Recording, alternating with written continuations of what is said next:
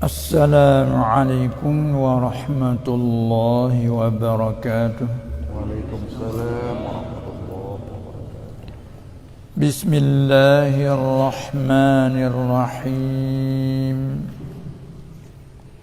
Alhamdulillahilladzi tafaddala alaina bini'matayil iman wal islam وهما من أعظم النعم وكفى بهما من النعمة والصلاة والسلام على سيدنا ومولانا محمد الذي لا نبي بعده وعلى آله وأصحابه أولي الفضل والهداية والتابعين لهم بإحسان إلى يوم القيامة أما بعد فأوصيكم وإيانا بتقوى الله والسمع والطاعة لعلكم تفرحون يوم القيامة.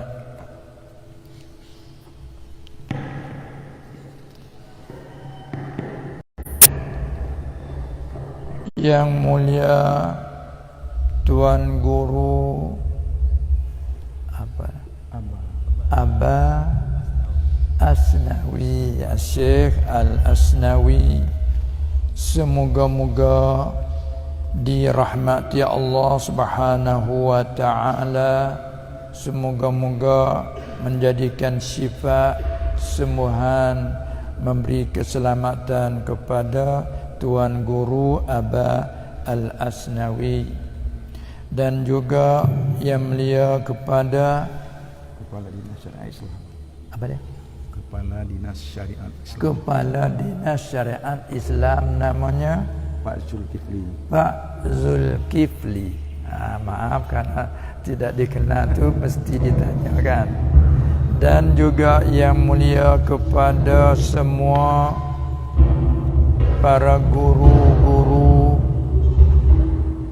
ustaz-ustaz, asatizah, dan semua kepada yang hadirin juga hadirat, hafizahumullah.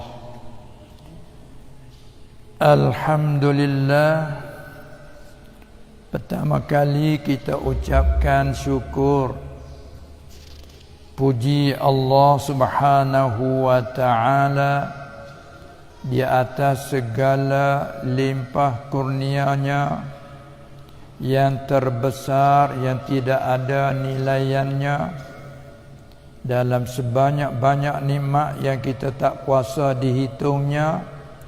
Yang paling besar yang Allah Ta'ala bagi kepada kita khusus, yaitu nikmat iman dan Islam.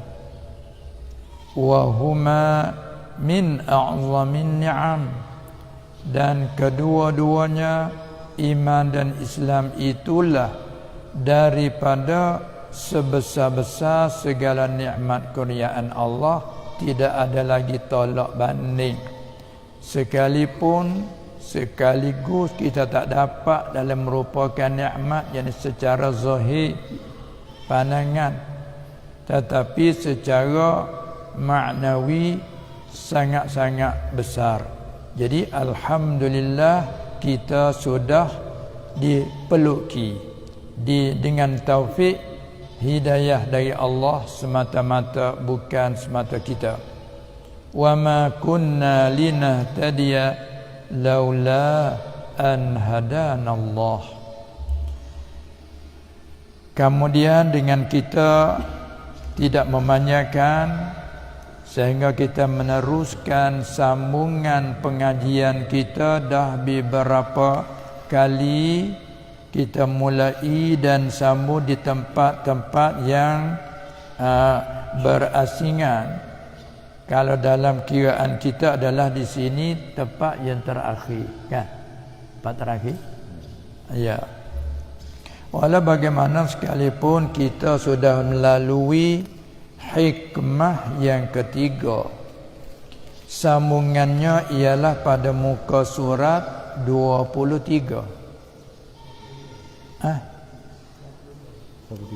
23. Tapi tak mungkin naskah tak sama, naskah dulu.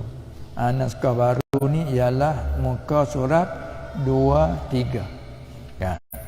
Iaitu pada katanya, dan telah datang pada hadis yang sahih bahawa Nabi sallallahu alaihi wasallam telah sabda ia, kullu syai'in biqadarin hatta al-ajzi atau hatta al-ajzu wal kaisi atau wal kaisu.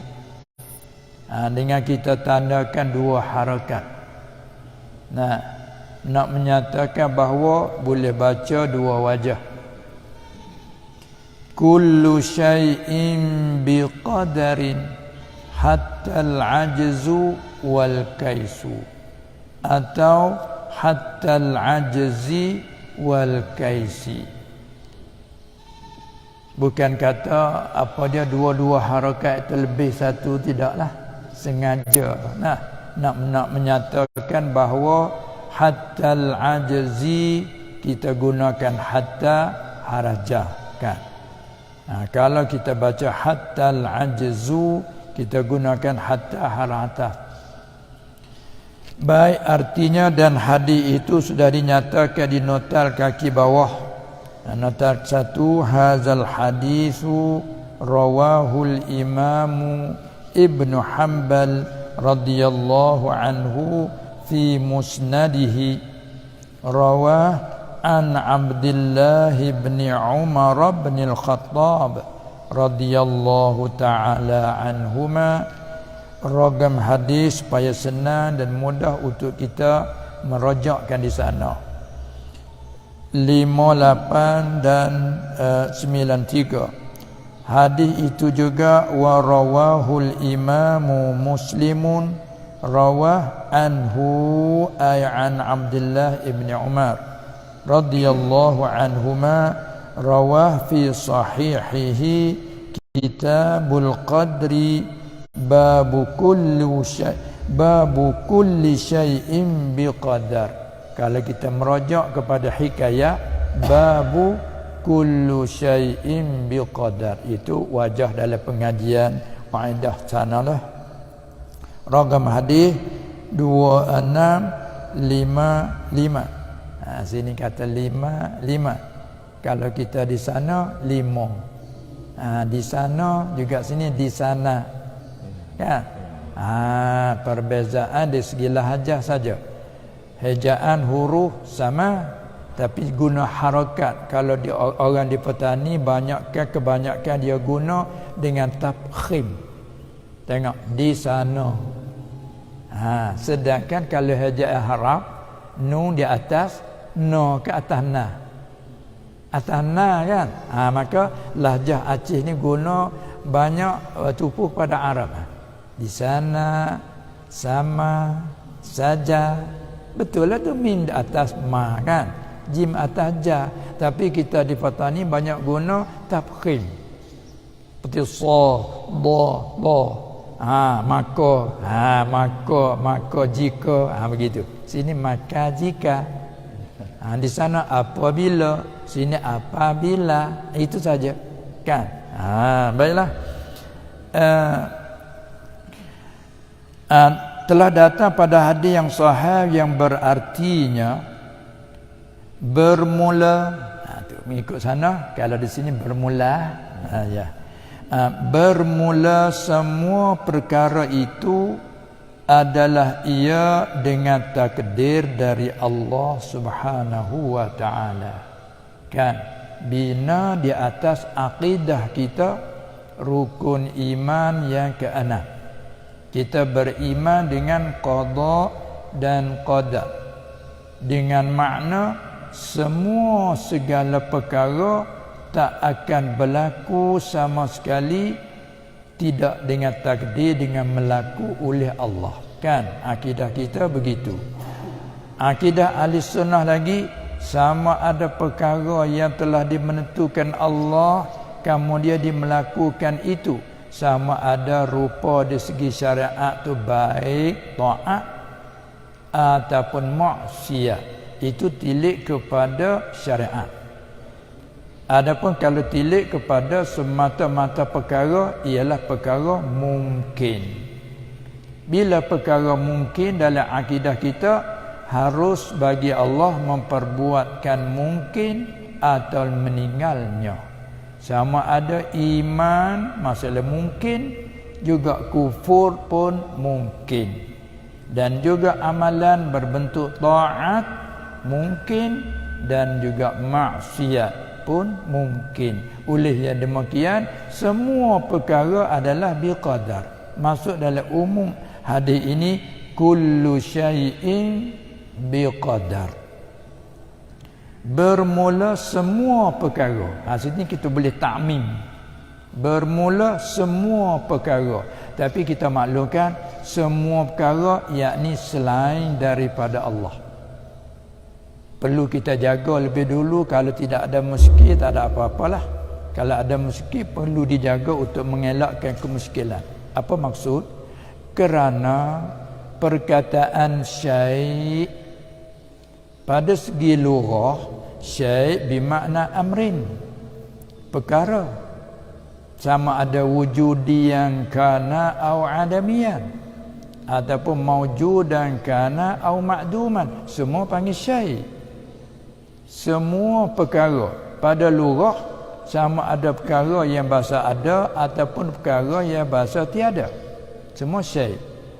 Ada pun di sisi istilah, kan, di sisi istilah usuluddin ahlussunnah wal jamaah, bila itlaq syai' khas dengan yang maujud saja, itu tak dalam ilmu akidah. Bila kata syai' khusus dengan maujud, tak masuk ma'dum di dalam kata syai'. Apabila kullu syai'in, semua perkara, pada istilah ai kullu syai'in maujud, jadi melengkapi zat Allah, kerana zat Allah juga maujud, dan sifat-sifat ma'aninya semua tu maujud. Arti kullu syai'in biqadar, melengkapi dalam kata syai' itu zat Allah. Arti zat Allah juga biqadar. Lalu jaga selain daripada. Murad kata kullu syai'in ay mungkinin. Begitulah dalam ayat-ayat Allah, wa huwa ala kulli syai'in qadir ay syai'in mumkinin. Sebab kalau kita mengaji dalam kitab-kitab tafsir, dia ada kait selalu. Wa huwa ala kulli syai'in ay syai'in yasha. Satu kait. Ataupun syai'in yura, ia juga. Itu ialah nak menyatakan bahawa supaya tak termasuk dalam perkataan syai' itu zat Allah. Kan? Karena murad dengan syai' maujud. Sama ada qadiman kana atau hadisan. Zat Allah kan maujud yang qadim. Zat kita semuanya maujud yang hadis. Jadi apabila kata syai' melengkapi semua maujud, termasuk di dalamnya tu zat Allah dan sifat-sifat ma'aninya. Sedangkan zat Allah itu tak dikatakan mungkin walaupun maujud yang qadim. Lalu itu digagalkan, mengeluarkan dengan kata wa huwa ala kulli syai'in ay mungkinin, ataupun kulli syai'in yasha. Supaya nak menyatakan kata sebab kudrat iradat Allah itu, kita mengaji dalam usuluddin dulu, al-qudratu wal iradatu al-muta'alliqatani bi kulli mumkinan. Nabi jami'il mumkinat macam Sanusi kan. Al-qudrah wal iradah, ni kudrat Allah, iradah Allah, al-muta'alliqatan yang berta'alluq, yang berkaitan keduanya itu bi jami'il mumkinat, dengan semua perkara mungkin. Lalu tu mafhumnya semua perkara yang wajibat juga mustahilat, kudrat dan iradat la tata'allaqani biha kan. Itu bina di atas asas dulu, tapak kita nak membangunkan di atas mesti menguat dan mengukuhkan, mengesahkan dulu tapak, yakni asas din. Jadi dikenali dengan asluddin ataupun hak masyhur usuluddin. Kerana kita mengaji dalam medan ini medan ihsan kan, ilmu tasawuf membicarakan ihsan. Maka semua ihsan itu ialah syarat bagi sempurnakan iman dan Islam, bukan syarat bagi mengesah. Oleh yang demikian kita kena faham dan mengukuhkan dulu akidah. Oleh itu panggilnya lahirnya suatu kebimbangan dan ketakutan kalau kita membicarakan tasawuf yang dalam bentuk hakikat, kalau kita kurang dalam asas usuluddin. Ada kebimbangan, takut bertukar daripada ilmu batini kepada ilmu batili. Asalnya batini dengan nun kan, takut bertukar jadi ilmu batili dengan lam. Itu yang dia takut tu. Sebab cakapan mereka ini kalau dia bicarakan tentang daqaiqil ulum, cakapan dia banyak digunakan majaz kan. Cakap dia dengan zauq, cakapan dia dengan isyarat. Maka kita bukan ahli isyarat, kadang-kadang kita tak faham dia. Tetapi walau bagaimana sekalipun, apabila kita ada nak mengelirukan, kita pergi kepada asas akidah kita. Karena dalam membicarakan ilmu ini tertumpu kepada qada dan qadar, berkaitan dengan qada dan qadar. Arti berkaitan dengan ta'alluq qudrat yang tanjizi hadis, ta'alluq iradah yang tanjizi qadim, yang muwafaqah atas ta'alluq ilmu yang tanjizi qadim juga. Nah, itulah bila kita faham di situ, mari kita kembali kepada makna hadis ini. Kullu syai'in mubtada bi qadar muta'alliqun bi mahzuf khabar kan. Bermula, isyarat kata mubtada, orang-orang tua dulu dia kata terjemah kita ni bermula. Nak menyatakan mubtada kan. Tapi orang kemudian dia potong keluar lagi pula. Bermula semua perkara, yakni perkara mungkin. Semua pun yang mungkin, bukan semua perkara melengkapi yang maujud. Tak. Perkara maujud yang mungkin itu adalah ia dengan takdir daripada Allah Ta'ala. Takdir kita nak kata apa? Qaddara yuqaddiru takdir. Sabbihisma rabbikal a'la alladhi khalaqa fasawwa walladhi qaddara fahada. Qaddara yuqaddiru takdir. Dalam ngaji sarafkan takdir. Kita arti apa di sini biasa diartikan Tuan Guru? Apa arti takdir di sini? Selalu diterjemahkan kalau bahasa saya patokannya. Patokannya. Ketetapan. Yakni ketetapan. Mana kita kembali pada makna masdar, arti menetap ataupun menentu. Boleh? Menentu. Sama. Menentukan, menetapkan. Jadi apabila perkara sudah dimenentukan, dimenetapkan oleh Allah, adakah boleh diubah? Cuba kita jawab. Tak boleh diubahkan. Apabila telah menentu oleh Allah akan sesuatu dengan sesuatu perkara, maka tak ada sama sekali yang boleh diubahkan. Ini mana kata at-tadbir la yufidu taqdira walau mi'ata alfin. Itu kata-kata orang ahli sufi bukan? At-tadbiru, mengatur. Bila arti mengatur, yakni mengatur oleh kita. Itu la yufidu taqdira, tak boleh memberi faedah akan takdir Allah. Yakni tak boleh nak mengubahkan akan penetapan yang telah dimenetap oleh Allah. Sekalipun walau mi'ata alfin, kuat dan kesungguhan kita walaupun 1000 kali, 100,000, mi'ata alfin, 100,000 kali kita atur tadbir, sekalipun tak boleh mengubahkan akan penetapan penentuan yang telah dimenentu oleh Allah. Dipanggil juga takhsis. Wallahu yaqtassu birahmatihi man yasha. Itu Allah menurunkan ayat supaya nak menolakkan mereka-mereka yang nak apa dia, mau kepada menjadi nabi dan rasul akhir zaman. Nah, kalau boleh, kalau bisa, di sini kata dia nak menghalangkan Nabi Muhammad sallallahu alaihi wasallam daripada jadi nabi dan rasul. Tapi Allah menjawabkan, wallahu yaqtassu bi rahmatihi man yasha.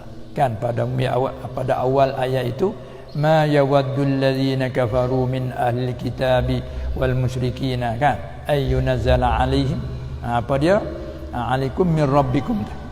Jadi tak senang, tak suka oleh orang-orang ahli kitab daripada musyrikin dan ahli kitab bahawa diturunkan wahyu ke atas Nabi Muhammad sallallahu alaihi wasallam. Kalau boleh halang, mereka menghalangkan. Kalau boleh mereka, sini panggil apa, rebut, memaksa. Memaksa nah. Sekiranya kalau mereka boleh memaksa, mereka memaksakan. Lalu Allah menjawab, wallahu yaqtassu bi rahmatihi man yasha. Allah menentukan dengan semata-mata rahmatnya akan mereka yang ia kehendaki. Tak ada siapa nak menghalang, tak ada siapa nak menolak. Segala-galanya. Ini kembali pada sini, kullu syai'in biqadar. Bermula semua perkara itu adalah ia dengan takdir, dengan menentu. Ada asal masdar, kemudian masdar dengan makna isim maf'ul, dengan penentuan, dengan menentu, menetap, dengan makna maf'ul, dengan menentu apa, penetapan, penentuan yang telah ditentu oleh Allah. Tak boleh siapa nak ubah pun. Sehingga ghayah, hatta, sehingga al-ajzi, hatta al-ajzi wal kaisi. Kalau kita pakai hatta taharaja, itu bacanya hatta al-ajzi majrur, wal kaisi ataf. Sehingga kelemahan dan kecerdikan ini seseorang. Tu kita tafsirkan seseorang tu nak menyatakan bahawa alif lam pada al-ajzi ganti mudhaf ilaih. Soalannya hatta ajzi syakhsi, sehingga kelemahan dan kecerdikan seseorang pun dengan menentu daripada Allah. Dia terkadang kita manusia ni kita berbangga dengan kecerdikan kita, kan?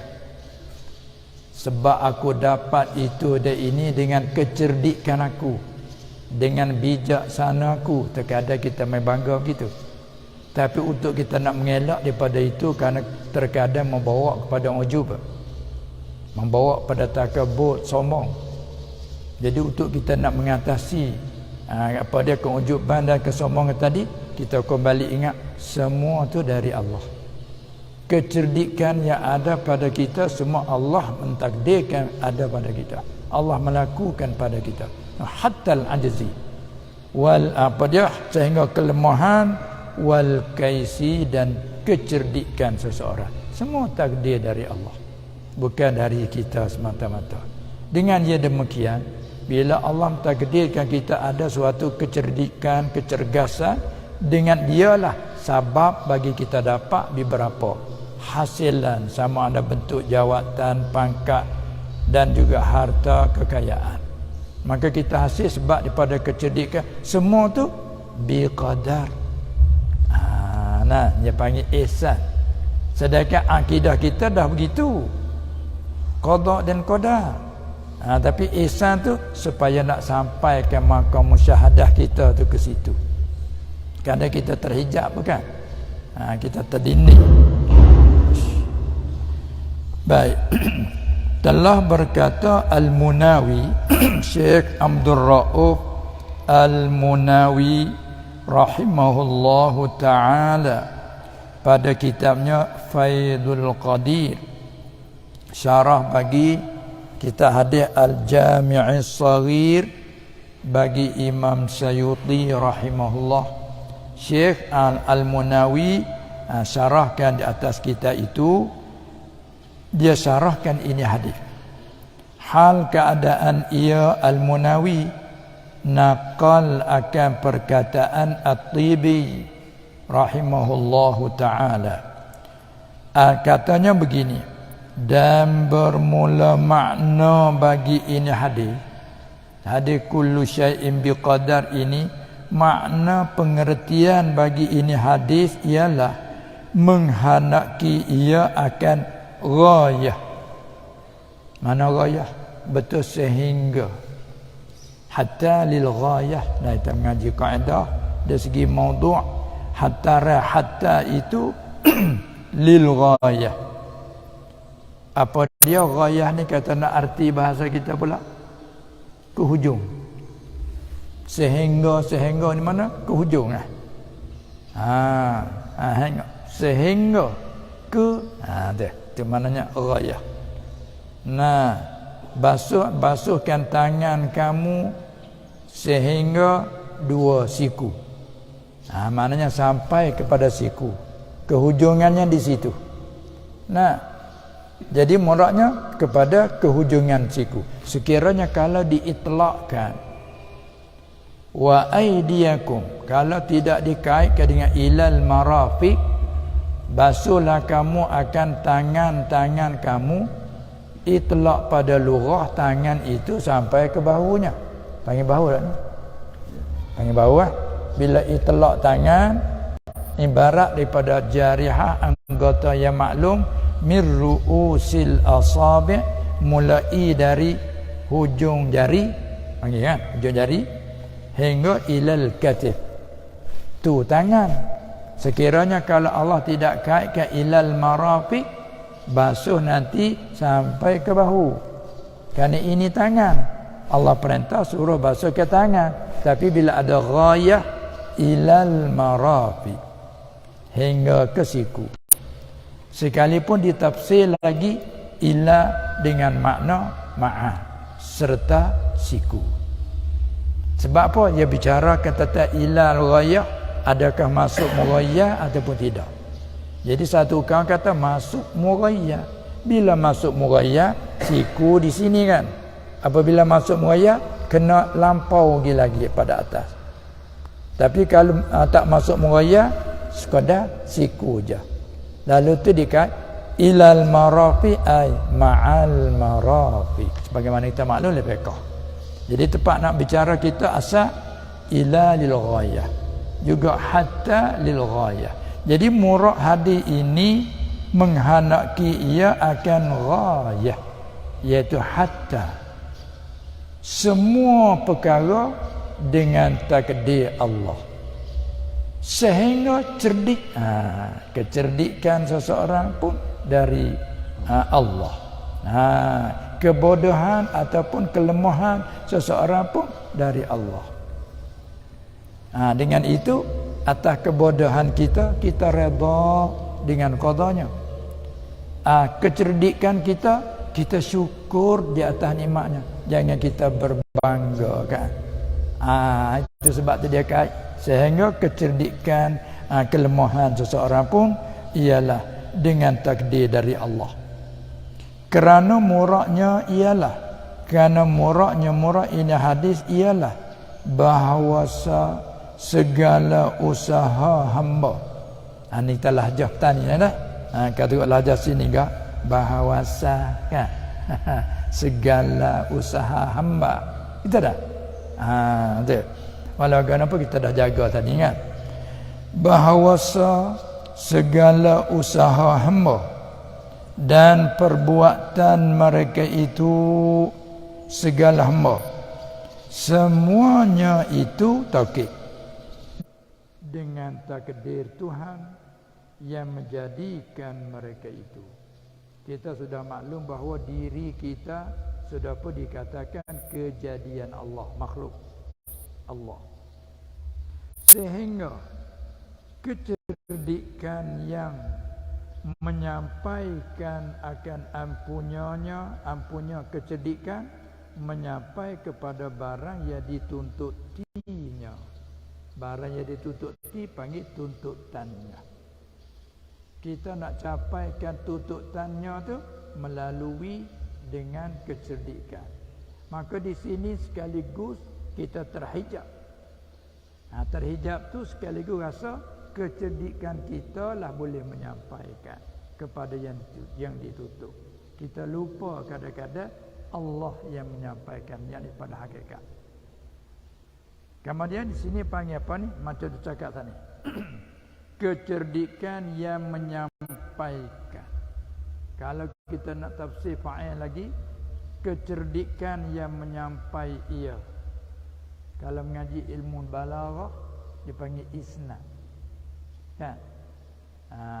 Sandarkan menyampai kepada cerdik. Itu isnad apa? Kalau mengaji ilmu balaghah. Masalah kita isnadkan menyembuh kepada ubah. Itu isnad hakiki ke majazi? Majazi. Begitulah isnad mengenyang kepada makanan. Isnad majazi. Nah, isnad kita sanakan menghangus kepada api. Isnad majazi. Oleh itu kalaulah perkataan cakapan tadi keluar daripada lidah orang mukmin yang muwahhid, sekalipun dalam cakapan dia sandar kepada sesuatu daripada makhluk, kita yang mendengar wajib kita tangguhkan itu adalah isnad majazi. Bila isnad majazi mesti kena ada qarinahnya yang menunjuk kata itu majaz bukan hakiki. Maka qarinah tu ada dua bahagian. Satu qarinah maqaliyah, perkataan itu sendiri. Terkadang qarinah haliyah.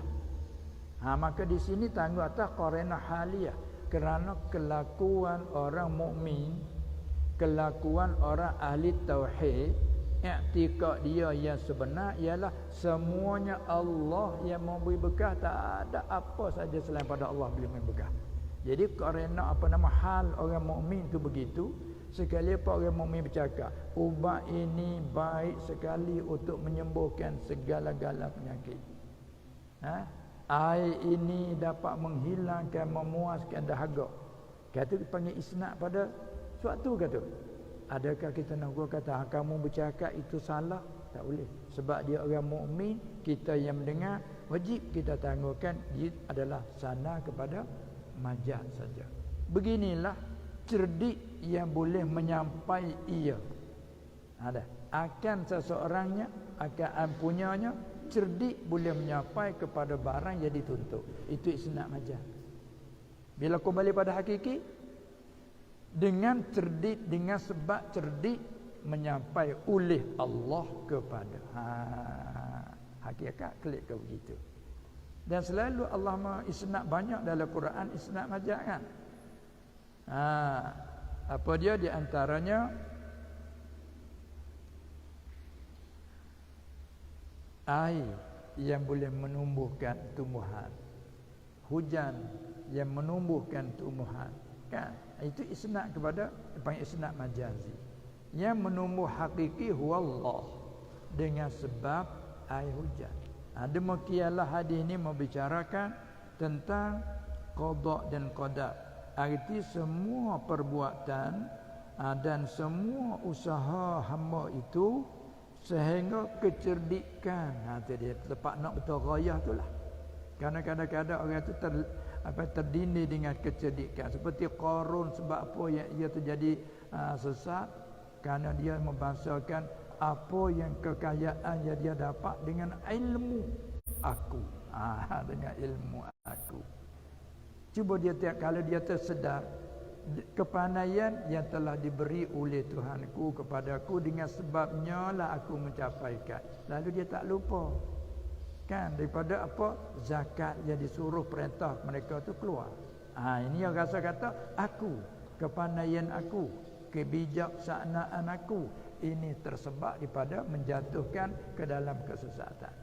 Oleh yang demikian, kita orang mukmin iktikad dah betul qada dan qadar, tapi maqam ihsan ni juga nak mencemerlangkan lagi. Nah, supaya apa yang berlaku cepat hati kita ke sana, yakni kepada Allah. Nah, itu makna kata sehingga kecerdikan yang menyampaikan, kalau kita nak menzahirkan fa'il dhamir mustatir, kecerdikan yang menyampai ia akan ampunannya kepada barang yang dituntutinya. Itu panggil isnad majaz. Dan kelemahan yang terlambat dengan sebabnya. Sini klik pada hakiki. Mana?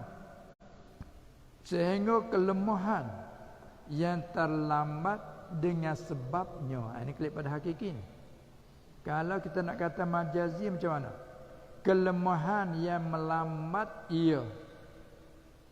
Nanti isnad majaz. Kamu ni lambat. Orang petani juga panggil apa lagi? Mari daripada kelimah Arab jadikan Melayu. Betak. Sini cakap ada betak. Batai Arab panggil al-batai. Artinya lambat. Itu luar terjemahan. Batai arti lambat. Lambat bergerak. Lambat segala-gala. Arab panggil batak kan, al-batai. Maka orang petani panggil daripada Arab jadi ke Melayu betak. Bangun lambat amun ni gak betak. Orang petani kata. Itu daripada Arab batak tadilah jadi ke betak. Ini nak menyatakan bahawa ibarat yang sebegini rupa ni panggil kata isnad klik pada hakiki, iaitu kelemahan yang terlambat dengan sebabnya, sebab kelemahan. Nanti sanad pada sebab itu. Daripada mendapat akan barang yang dituntutinya. Akannya akan barang yang ditututi. Sekalipun yakni dengan takdir Allah. Itu murad, sekalipun dikatakan ghayah. Sekalipun kecerdikan yang menyampai kepada barang yang ditututi, sekalipun kelemahan yang terlambat dengan sebabnya daripada mendapatkannya kan barang yang ditututi, sekalipun yakni dengan takdir Allah. Itu supaya kita tak lenyap begitu. Namanya kita duduk dalam maqam ihsan. Itu dah. Dan berkata ia lagi, siapa ia? Yakni Al-Munawi. Ada sambungan, ada lanjutan. Sini guna lanjutan. Cakap ada sambungan. Ada sambungan lagi. Masalah ini bahagian pagi kita akan sambung lagi di sebelah petang. Sini akan lanjutkan lagi kan. Sama tu. Kata Al-Munawi lagi rahimahullah, telah berkata oleh Al-Hafidh. Ia nakal daripada perkataan Al-Hafidh Ibnu Hajar Al-Asqalani rahimahullahu ta'ala, tuan punya syarah Fathul Bari. Di sana ia kata begini, makna ini hadis. Masih ada syarah itu lagi. Makna bagi ini hadis, yakni kullu syai'in biqadar tadi, maknanya bahawasa semua perkara tidak jatuh maksudnya tidak berlaku. La yaqa'u, tidak jatuh, tidak berlaku ia di dalam wujud ini. Murad dengan wujud yakni alam ni, tidak berlaku di dalam alam, malaikat hal keadaan sungguhnya telah terdahulu dengannya, dengan semua perkara itu oleh ilmu Allah. Ilmu Allah ini ilmu yang bertakluknya sebagai takluk yang tanjizi qadim. Dan masyiahnya masyiah Allah. Apa maksud? Yakni tafsir pertama, yang telah terdahulu dengannya oleh ilmu Allah, yakni tahu Allah. Dan kehendaknya kehendak Allah tu masyiah. Masyiah dengan iradah mutaradifan. Kan dalam Quran ada guna semuanya. Innama amruhu idza arada syai'an. Artinya arada yuridu irada. Dan juga guna dengan wa rabbuka yakhluqu ma yasha'. Sya'a yasha'u masyiatan. Sya'a yasha'u syai'an wa masyiatan. Lalu ulama usuluddin mengatakan iradah dan masyiah dua lafaz yang mutaradifan, yang berlainan dari segi perkataan, satu saja dari segi pengertian. Masyiah arti kehendak, juga iradah arti kehendak. Dan satu lagi nak menyatakan di sini, ilmu Allah ditafsir dengan tahu Allah. Juga masyiah ditafsir dengan kehendak. Ini nak menyatakan juga bahawa ilmu dengan makna ta'alluq, terjemah tahu. Kemudian satu lagi ilmu dengan makna ism. Atau ilmu kebanyakan dalam kitab-kitab Jawi dia terjemah ilmu arti, kalau kita usul bagi Baqarah Baqaratul Aman dia terjemah arti pengetahuan. Itu nak menyatakan ilmu dengan makna nama satu sifat yang ada pada zat. Panggil ismi. Nama satu sifat yang ada pada zat. Terjemahnya ilmu arti pengetahuan. Dengan dialah dapat mengetahui. Lebih beza dah. Pengetahuan nama satu sifat yang ada pada zatnya. Itu dikatakan sifat maknan. Itulah kita ahli sunnah wal jamaah mengatakan Allah tahu dengan ilmunya. Tetapi bagi Mu'tazilah yang itulah mereka nafikan. Allah alimun bizatihi. Orang Mu'tazilah kata Allah yang tahu bukan dengan sifat ilmu. Allah tahu dengan zatnya. Itu apa khilaf antara ahli sunnah wal jamaah dengan Mu'tazilah. Adapun kita Allah tahu dengan apa dia dengan ilmu. Alimun bi'ilmihi. Allah yang tahu dengan sifat ilmunya. Sifat ilmu itulah diterjemah pengetahuan. Itu ilmu terjemah pengetahuan makna ism. Manakala diterjemah ilmu dengan makna mengetahui bahasa surah atau bahasa cakap tahu. Tahu tu ilmu dengan makna ta'alluqnya yang tanjizi qadim. Allah tahu bila sedia, kan? Dengan sifat ilmu yang ada pada zatnya sedia. Arti sifat yang ada pada zatnya sedia, juga tahunya pun sedia. Tapi Arab dia guna ilmu kedua-dua, kan? Alima ya'lamu ilman. Kalau kita mengaji surah, kalimahnya masdar. Maka terjemah tu masdar telah mengetahui. Manakala mengetahui dengan apa? Dengan ilmunya. Kelimahnya sama, ilmu. Tapi makna dua.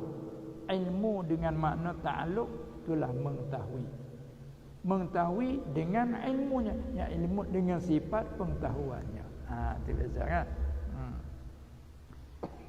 Itu makna katanya bahawa semua perkara tidak jatuh, tidak berlaku ia di dalam wujud, dalam alam, malaikat hal keadaan sungguhnya telah terdahulu dengannya, dengan semua perkara terdahulu oleh ilmu Allah, yakni oleh tahu Allah dan masyiahnya dan kehendak Allah. Artinya tahu dengan kehendak yakni menentu itu dua yang berlaziman. Apa-apa saja yang Allah tahu begitu, ia menentu pun begitu. Itu kata masya Allah, kan? Apabila ia menentu tu begitu, maka tidak berlaku melainkan ikut apa yang ia menentukan. Panggil kata ala wa fil iradah. Dalam Usuluddin kata.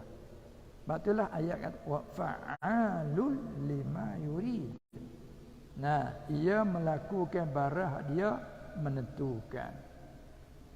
Dan hanya menjadi ia Allah, mencipta ia, melaku ia Allah Subhanahu wa taala. Bukan. Dan hanya menjadi ia Nabi sallallahu alaihi wasallam. Ini kembali pada hadis. Menjadi akan keduanya, yakni kelemahan dan kecerdikan itu menjadi akan ghayah bagi demikian itu takdir. Mana? Yang dia kata kullu syai'in biqadar. Ini umum.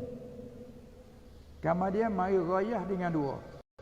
Sehingga kelemahan seseorang, kecerdikan seseorang. Maka Nabi SAW menjadikan kelemahan kecerdikan itu menjadikan ghayah. Ghayah bagi demikian itu takdir. Kerana apa? Kerana isyarat kepada bahawa segala perbuatan kita segala hamba. Dan jika adalah ia yang maklum bagi kita, yang dikehendaki daripada kita, jadi mari daripada ikhtiar kita. Sekalipun begitu, maka tiada jatuh ia segala perbuatan kita itu. Kemudian daripada itu malaikat dengan kehendaki Allah Subhanahu wa taala, itu secara hakikat. Adapun kata yang dimaklum bagi kita, yang dikehendaki daripada kita, itu sebagai sabab. Sebagai sabab. Maka tidak jadi berlawanan, tidak ada tanaqud. Kehendak kita membetuli kehendak Allah. Tak pengertian dua kita kerti kan. Kehendak kita, kehendak Allah. Hakikatnya kehendak Allah. Maka Allah takdirkan atas kita ikhtiar. Menzahir di kita kehendak. Maknanya hakikat semua tu kehendak Allah. Tapi ngajala apa dengan jala isnad majaz, Allah mengilham kepada kita, terasa di kita mau itu, mau ini, kehendak itu. Semua tu dari Allah. Itu panggil ikhtiar. Maka ikhtiar kita tu majaz. Hakiki ikhtiar Allah. Tapi kita jangan sebutkan ikhtiar Allah. Kita sebut ikhtiar usaha. Usaha ikhtiar daripada hamba. Kita cakap ada. Usaha tentulah tak cakap. Ikhtiar dari Allah kita cakap ada. Jangan cakap nah. Walha Allah Ta'ala kata wa rabbuka yakhluqu ma yasha'u wa yakhtaru. Atas pada yakhluqu. Wa rabbuka yakhluqu ma yasha'. Dan Tuhan kau Muhammad melaku ia akan barang yang ia kehendak. Wa yakhta atas pada yakhluqu ai wa rabbuka yakhtaru ma yasha. Kalau terjemah turut campur, Tuhan kau Muhammad ikhtiar ia akan barang yang kehendaki. Tapi kita tak terjemah gitu. Kita terjemah kata Allah itu menentu ia, pilih ia akan barang yang kehendak. Sedangkan ikhtiar dari Allah hakikatnya. Sebab Allah Ta'ala wa yakhtar wa rabbuka yakhtar. Dan Tuhan kau Muhammad ikhtiar ia, yakni pilih ia, menentu ia akan barang ia kehendak. Tapi kita mai cakap bila ikhtiar hamba. Kita tak cakap kata ikhtiar Allah. Tu perlu kita apa dia tu nyatakan di situ. Itulah makna kata di sini sehingga kecerdikan apa dia Nabi SAW menjadikan kelemahan dan kecerdikan itu menjadikan ghayah, dengan bahawa dia kata hatta apa dia al-ajzi wal kaisi, itu menjadikan demikian itu takdir kerana isyarat kepada bahawa segala perbuatan itu, segala perbuatan kita ini, dan jika adalah ia perbuatan kita ni yang maklum bagi kita. Kita nak buat sesuatu, kita tahu apa jadi. Kita tahu kan, kita nak buat tu, sengaja kita nak buat sesuatu, kita tahu lebih dulu ini jadi begini, kalau buat begitu jadi begitu. Mana kita tahu? Itu mana maklum bagi kita. Gak nak tahu tu, adakah semata-mata kita tahu? Dari Allah juga memberitahu. Wa ma utitum minal ilmi illa qalilan. Dan subhanaka la ilma lana illa ma 'allamtana. Atau hakikatnya la ilma lana illa ma 'allamtana. Mapohnya kalau Allah tu tidak memberitahu, tak tahu sama sekali. Kemudian apabila Allah Ta'ala bagi tahu kepada kita, kita dapat tahu dengan ilham darinya. Tengok Adam AS, walaupun ia dijadikan daripada tin, daripada tanah, bila dia memasukkan roh, Allah menjadikan roh sehingga boleh bergerak, berdaging, berdarah. Allah Ta'ala mengajarkan dia sampai ia tahu setiap apa dia isim bagi musammayat. Ini panggil apa? Kat sini panggil apa ni? Air. Di dalam tu air ni, bekas ni panggil botol. Ni isim. Cuba kita tak tahu, kita tanya. Ini macam kita tahu sini panggil apa? Kena tanya. Ini apa namanya ni? Botol. Kalau kita di petani, kalau dia sebut botol, nanti terkejut. Setengah-setengahnya tak faham, orang awam, tapi bagi kita orang mengaji tahu. Apa ini? Botol. Apa botol? Di sana panggil jebul. Kalau kita sebut jebul, nanti sini tak faham pula. Kan? Ini isim bagi segala musamma. Ini musamma. Tapi nak panggil musamma dengan adanya nama. Allah Ta'ala beri ilham kepada Adam segala, wa 'allama Adam al-asma'a kullaha. Sehingga malaikat walaupun makhluk Allah dijadikan sebelumnya beribu-ribu tahun, katakan. Kan? Iblis sebelumnya, tapi bila ditanya apakah summa araduhum 'alal malaikati faqala anbi'uni bi asma'i haula in kuntum sadiqin. Kerana adalah beberapa dakwaan sebelum tu, bila Allah perintah kepada malaikat supaya menceritakan ini apa namanya dan untuknya apa, malaikat mengaku kata la subhanaka la ilma lana. Tidak ada pengetahuan bagi kami, tidak ada ketahuan bagi kami, illa malaikat hanya ma'allamtana, hanya barang yang telah engkau beritahukan kami. Arti yang ni sebelum engkau beritahukan kami, kami tak tahu apa. Bila ditanya Adam, cerita apa? Ini botol. Kita buat bandingnya contohnya. Ini panggil apa pula ni? Selang. Kalau tanya selang, kita tak panggil selang, kita di sana. Panggil penyerok. Karena dengan dia kita suruh panggil penyerok. Tu luar sana. Sini panggil apa tadi? Selang. Tengok. Ini mana kita nak tahu kalau Allah tak bagi tahu? Maka bila nak tahu, melalui bertanya. Itu fasalu ahlaz zikr in kuntum la ta'lamun, kan? Jika kamu belum tahu, mu tak tahu, mu nak tahu, mu tanyalah ahli yang tahu. Maka semuanya sebelum daripada Allah Ta'ala memberitahu, mana benda nak tahu sendiri. Oleh yang demikian, ketahuan yang kita dapat tahu, kecergasan, kebijaksanaan yang kita pandai bijak, semua dari Allah. Ingatkan begitu, barulah kita selamat. Kalau kita ibadat banyak, kita selamat daripada ujub, kita selamat daripada riya. Kenapa? Senantiasa memandang hak Allah. Macam rumah dia dibangunkan oleh ayah bagi kepada kita. Dia buat sebuah rumah, satu bangunan, dia beri untuk kita hak. Maka kita senantiasa tidak mengaku ini rumah saya, sekalipun mengaku ini rumah saya, tapi hakikat sebenar bukan hak saya, hak ayah saya bagi ke saya.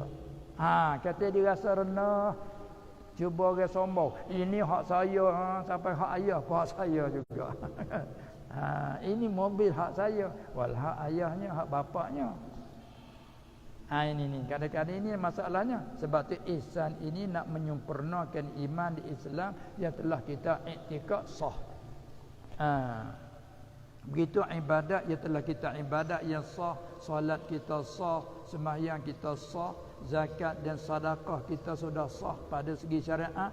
Tapi kalau tak ada ihsan, nanti lagi pada ujung nanti habislah.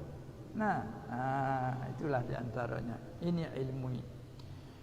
Itu kata lagi, telah firman-Nya Ta'ala, inna kulla syai'in khalaqnahu biqadar. Hampir sama tu dengan makna hadis tadi kan. Surah Al-Qamar ayat 49. Artinya inna bahawasa kami, yakni Allah Subhanahu wa taala. Ini Allah menggunakan sirat ta'zim. Kan? Dia tidak kata ini. Kalau kata ini, sesungguh aku, kita mengaji kata mutakallim wahdah kan. Tapi Allah Ta'ala guna inna, bahawasa kami. Asal pengertian kami ni, kalau tercakap kita seorang diri, kita cakap tak kami. Sini bahasa sini. Kalau kita hanya seorang diri saja, kita bercakap tidak dengan kami. Apabila kata kami, sekurang-kurangnya dua orang. Mutakallim wa ma'hu ghairu. Ataupun kata lain, mutakallim ma'al ghair. Sebab itu ada orang sebahat dengan ayat Quran bahawa Allah itu bukan hanya satu.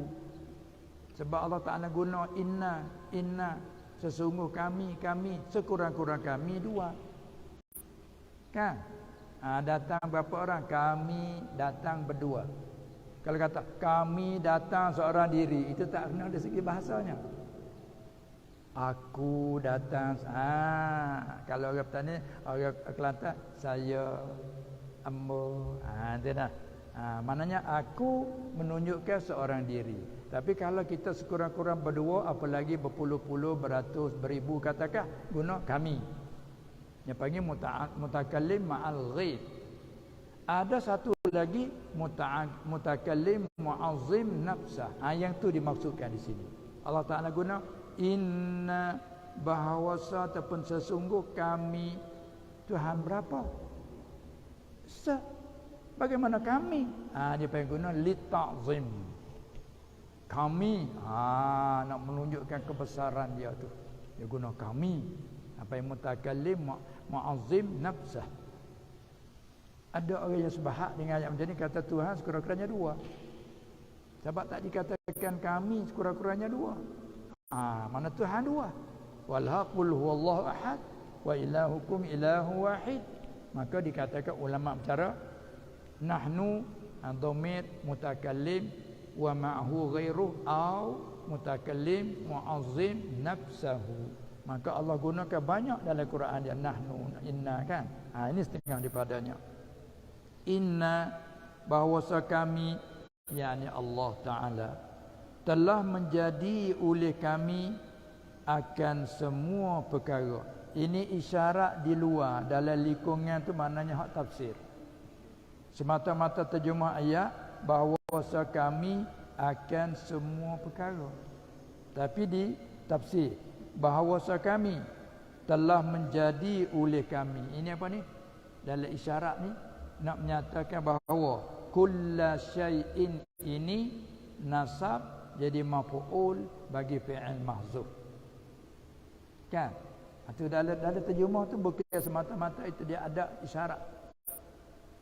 Sebab ditakdir bahawasa kami, murad kami, yakni Allah Ta'ala, telah menjadi oleh kami. Ini panggil takdir. Kalau ibarat dalam tafsir kak, inna khalaqna kulla syai'. Itu hak tafsir. Kulla syai'in jadi maf'ul bagi fi'il mahzuf. Tahu dari mana mahzuf? Tak boleh nak hazah kalau tidak ada dalil. Mentafsir akhirnya oleh jumlah khalaqnahu di belakang. Dia panggil jumlah mufassirah. La mahalla laha min al-i'rab. Kalau kita nak katakan kulla syai'in jadi maf'ul bagi khalaqnahu, tak boleh. Sebab khalaqnahu sudah pun ada maf'ul. Panggil apa dalam bab nahu? Panggil bab apa dalam ilmu nahwu ni? Bab istighal. Tu. Bagi orang mengaji kaedah fahamlah. Sebab itu mana katanya ta'allamul Quran, bersungguh-sungguh kamu belajar Quran bukan sekadar belajar hafal baca saja. Belajar memahami setiap bahasa yang diguna tu ada kaedah-kaedah yang dihurai oleh ulama setiap punun, setiap bagai ilmu. Nah, tu panggil bab istighal. Kalau orang pernah mengaji kaedah nahwu tahu sebab bab istighal, faham? Maka ni isyarat ni dengan kata